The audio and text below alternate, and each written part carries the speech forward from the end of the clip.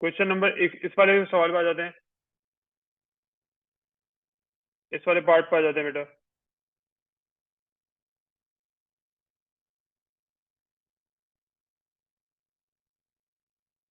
Kindly read this.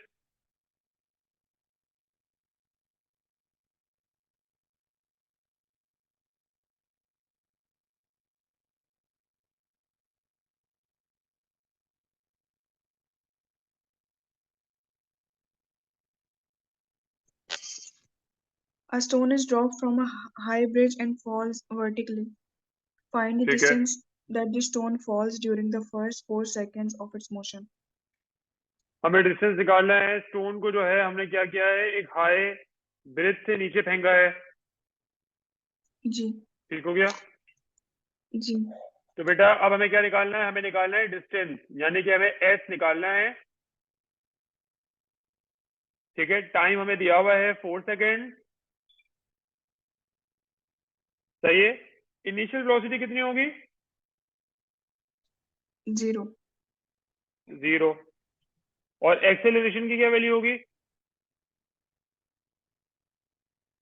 9.8 9.81। Plus में होगी या माइनस में होगी?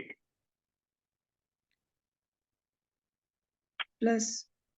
प्लस, बिल्कुल ठीक हो गया। तो हमारे पास एक जी फॉर्मूला है, S is equal to U T plus half E T square. ये फॉर्मूला हम यूज करेंगे। तो S is equal to 0 × 4 plus half, acceleration जो है वो 9.81 है, और टाइम इज 4, तो 4 स्क्वायर। तो बेटा काइंडली कैलकुलेटर में डाल दिए।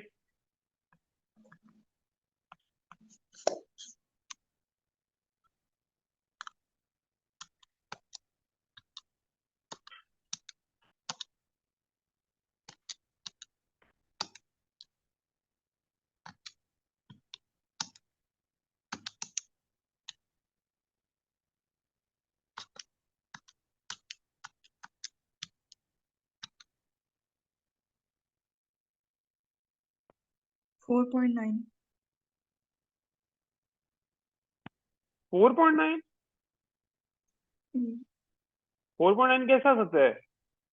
2 8 seconds.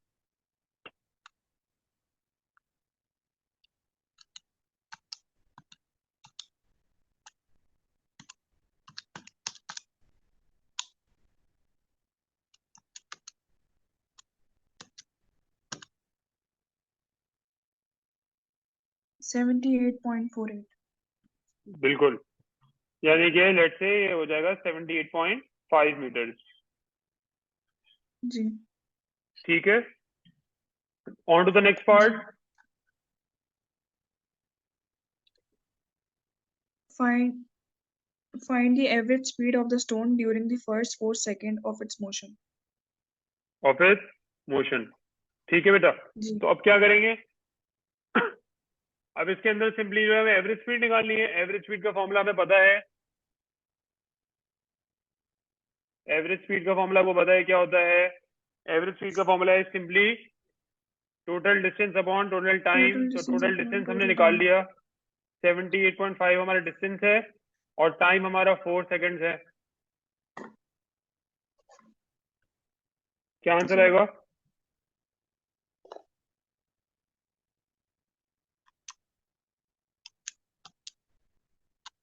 19.62 0.6 मीटर पर सेकेंड। ठीक है, सेकेंड. जी 19.6। क्लियर? जी पार्ट सी पे आ जाए। State one modeling assumption that you have made about the forces acting on the stone during the motion. ठीक है, अच्छा एक चीज पूछ रहा है कि आपने क्या चीज जो है वो अज्यूम की है सवाल में, कि कौन सी फोर्स जो है इसके अंदर स्टोन पे एक्ट कर रही है। ठीक है, तो हमने क्या अज्यूम किया है कि हमने स्टोन को नीचे ड्रॉप कर दिया। जी क्या कर दिया बेटा? हाई ब्रिज से स्टोन को ड्रॉप कर दिया। तो जी आप मुझे बताओ, स्टोन जब ड्रॉप हो रहा है तो कौन सी फोर्स की वजह से ड्रॉप हो रहा है? ग्रेविटी की वजह से। हाँ, यानी कि उसका अपना वेट, ग्रेविटी से जी मुराद कि सिर्फ उसका अपना वेट लग रहा है और कोई और फोर्स जी नहीं लग रही उस पर, ठीक है। जी और कोई इस पे और कोई फोर्स नहीं लग रही, कोई उसको जबरदस्ती नीचे नहीं फेंक रहा है, वो खुद ब खुद नीचे गिर रहा है because of its G weight. तो वेट। आप इसको ग्रेविटी भी लिख सकते हो और वेट भी लिख सकते हो, तो आप लिखोगे only force acting is weight, ठीक है। यानी इस सवाल के अंदर हमने और कोई भी चीज कंसिडर नहीं की है। इसके अंदर ना हमने एयर रेजिस्टेंस को कंसिडर किया है, ना हमने किसी और फोर्स को कंसिडर किया है। इसमें हम क्लियरली ये चीज देख रहे हैं कि ये स्टोन खुद ब खुद अपने वेट से नीचे गिर रहा है। Any confusion? No sir.